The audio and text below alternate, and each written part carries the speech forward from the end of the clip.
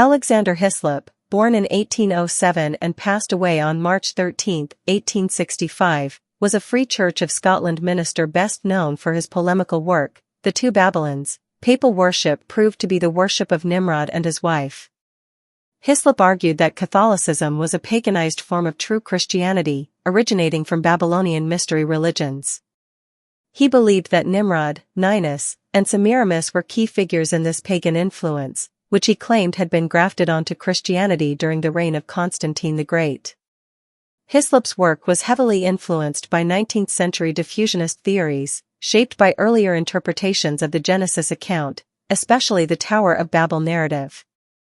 These interpretations often conflated Babel with Babylon, leading scholars to propose that cultural transmissions emanated primarily from Babylon, neglecting the independent contributions of other ancient centers such as Sumer, Egypt, the Indus Valley, and China. Hyslop claimed that Nimrod, as the king of Babel, was responsible for the origin of idolatry and that his wife, Semiramis, deified herself and their son Tammuz, creating a mother-child cult that evolved into the worship of the Virgin Mary and Christ in the Catholic Church.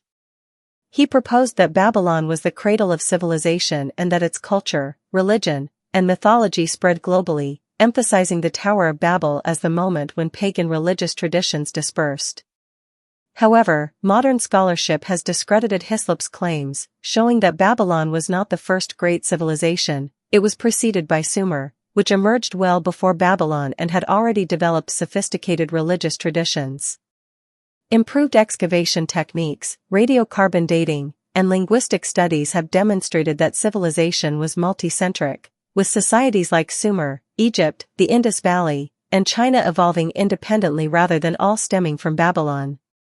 Despite this, Hyslop's ideas gained traction, aligning with existing European narratives about Semiramis and the ancient East. Julia M. Ashergreaves' research reveals how Semiramis had been a popular and evolving legend throughout the Renaissance, Enlightenment, and Romantic era. Hyslop's depiction of Semiramis as the mother of false religion reflected these earlier artistic and literary portrayals, where she was mythologized as an ambitious, decadent queen representing the excesses of the East. Throughout the Reformation and post-Reformation periods, Protestant polemicists frequently portrayed the Catholic Church as a corrupted institution that had absorbed pagan influences.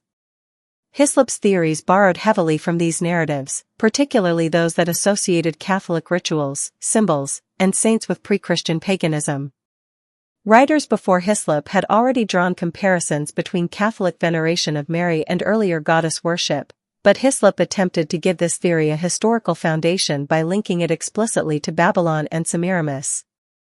His arguments resonated with a 19th-century Protestant audience predisposed to view Catholicism as a continuation of ancient idolatry. Beyond Protestant polemics, anti-Catholic sentiment was also present among Enlightenment thinkers and critics of institutional religion. Philosophers such as Voltaire and Edward Gibbon viewed the Catholic Church as a continuation of Roman imperialism, disguising itself in religious authority. Voltaire frequently satirized the Church's rituals and hierarchy, arguing that its traditions were little more than repackaged pagan customs. While Hyslop's work was primarily theological rather than secular, his arguments mirrored some of these Enlightenment critiques, reinforcing the notion that Catholicism was a political and religious system built on deception and syncretism. Hyslop's assertions about Semiramis relied on European reinterpretations of her story, shaped long before his time by Renaissance and Enlightenment thinkers. These reinterpretations merged historical fact with myth, creating a version of Semiramis that was exotic, powerful, and dangerous. During the Renaissance, she was often depicted in literature and art as a seductive and ambitious queen whose rule exemplified female transgression and tyranny. By the Enlightenment and Romantic era, her image became even more exaggerated, portrayed in operas, historical writings, and paintings as a femme fatale who blurred the lines between genius, decadence, and ruin. This Orientalist and romanticized view of Semiramis heavily influenced Hyslop's arguments. He claimed that she was not only a historical queen but also the origin of goddess worship, identifying her with Ishtar, Venus, Diana, and even the Virgin Mary. By doing so, Hyslop reinforced an already Eurocentric and highly fictionalized version of history, using Semiramis as the embodiment of a Babylonian priestess cult that corrupted true Christianity. Rather than relying on original Mesopotamian records, Hyslop unknowingly perpetuated a Western myth about Semiramis that had been centuries in the making. Semiramis, the historical Assyrian queen who may have influenced later legends of Semiramis, is explicitly mentioned in a few key inscriptions. The Stela of Nabuapladina mentions her in relation to royal lineage and affairs in Babylon. The Nimrud slab of Adad-nirari III references Semiramis as the queen mother, suggesting she wielded significant political influence, possibly as a regent. A Babylonian boundary stone, Kuduru, includes an inscription implying her involvement in state affairs beyond Assyria. The Pazarsic inscription, found in Anatolia, attributed to Adad-nirari III, records military campaigns and includes Semiramis' name, indicating her presence in governance or religious dedications. These inscriptions confirm that Semiramis was a historically significant Assyrian queen and not merely a later invention of Greek and Roman historians.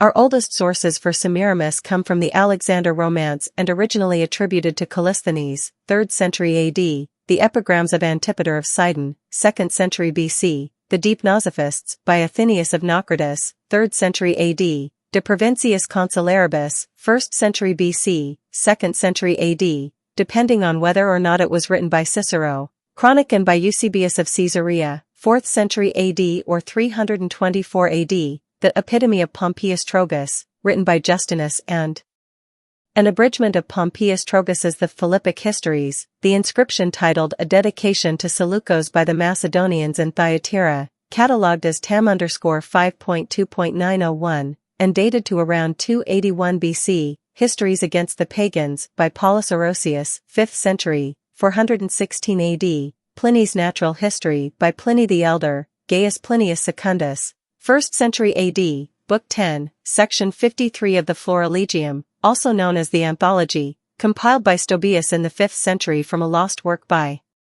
Plutarch, latter half of the 1st century and the early 2nd century AD, Polyaenus Stratagems by Polyaenus, 2nd century AD, St. Jerome's Chronological Tables by Jerome of Stridon, late 4th or early 5th century AD, 347 to 420 AD, and Memorable Deeds and Sayings Valerius Maximus, 1st century, 81 to 96 AD. Our oldest sources for Ninus include Athenaeus of Naucratis, the Deep Nosophists, 3rd century AD, Eusebius of Caesarea, Chronicon, 4th century AD, 324 AD, Eusebius, Hieronymus, Chronological Tables, 4th century AD, Justinus, Epitome of Pompeius Trogus, an abridgment of Philippic Histories, Paulus Orosius, Histories Against the Pagans, 5th century AD, 416 AD, and Polyaenus Stratagems, 2nd century AD. The only sources we have for Nimrod outside of the Bible are from Antiquities of the Jews by Flavius Josephus, the Book of Jasher, Pseudo-Philo, the Book of Jubilees, Midrashic Tradition, the Georgian Chronicles, the Tafsir, the Hadith, inadvertently in the Quran in Surah 2:258, Targum Jonathan, Targum Onkelos, the Cave of Treasures, a 6th century AD Syriac Christian chronicle, Mandean texts, History of Armenia by Moses of Choronae, 5th century AD. One of the major flaws in Hyslop's theory was his assumption that Babylon was the first civilization. However, archaeological discoveries in the late 19th and 20th centuries revealed the existence of Sumer, which predated Babylon by at least 1,000 years. The Sumerians, not the Babylonians, invented cuneiform writing, built the first known city-states, and developed early religious traditions. The Tower of Babel, if based on any real structure, was likely inspired by Sumerian ziggurats, such as the Etemenenki ziggurat in Babylon, but the story itself was written long after Sumer had already flourished. Nimrod, often linked to Babel, Akkad, and Nineveh, could not have been the first great king if earlier rulers from Sumerian cities like Uruk and Kish already existed. Rather than being individual historical figures, Ninus and Nimrod may have originally referred to clan or tribal identities later misinterpreted as personal names. Greek historians, lacking direct access to Mesopotamian records, likely turned dynastic names into legendary rulers. Some scholars suggest Ninus may be a corruption of the Assyrian god Ninurta, associated with war and kingship. Similarly, the biblical mention of Nimrod in Genesis 10 verses 8 to 12 describes him as a mighty hunter before the Lord and the builder of Babel, Erech, Akkad, and Nineveh. Some scholars propose that Nimrod represents a tribe or ruling lineage rather than an individual king. One of the most well-known rebuttals to Hyslop's work is Ralph Woodrow's The Babylon Connection, 1990, in which Woodrow, a former proponent of Hyslop's theories, systematically dismantles the two Babylons, pointing out its flawed historical methodology, misinterpretation of sources, and reliance on conjecture rather than evidence. Additionally, academic scholarship on ancient Mesopotamian history, theological responses from both Catholic and Protestant scholars, and broader studies of anti-Catholic literature have further debunked Hyslop's claims, demonstrating how his ideas were part of a longer tradition of polemical narratives rather than objective historical inquiry. Thus, while Hyslop's claims have had lasting influence in some religious circles, they do not hold up against modern historical and archaeological findings. Semiramis.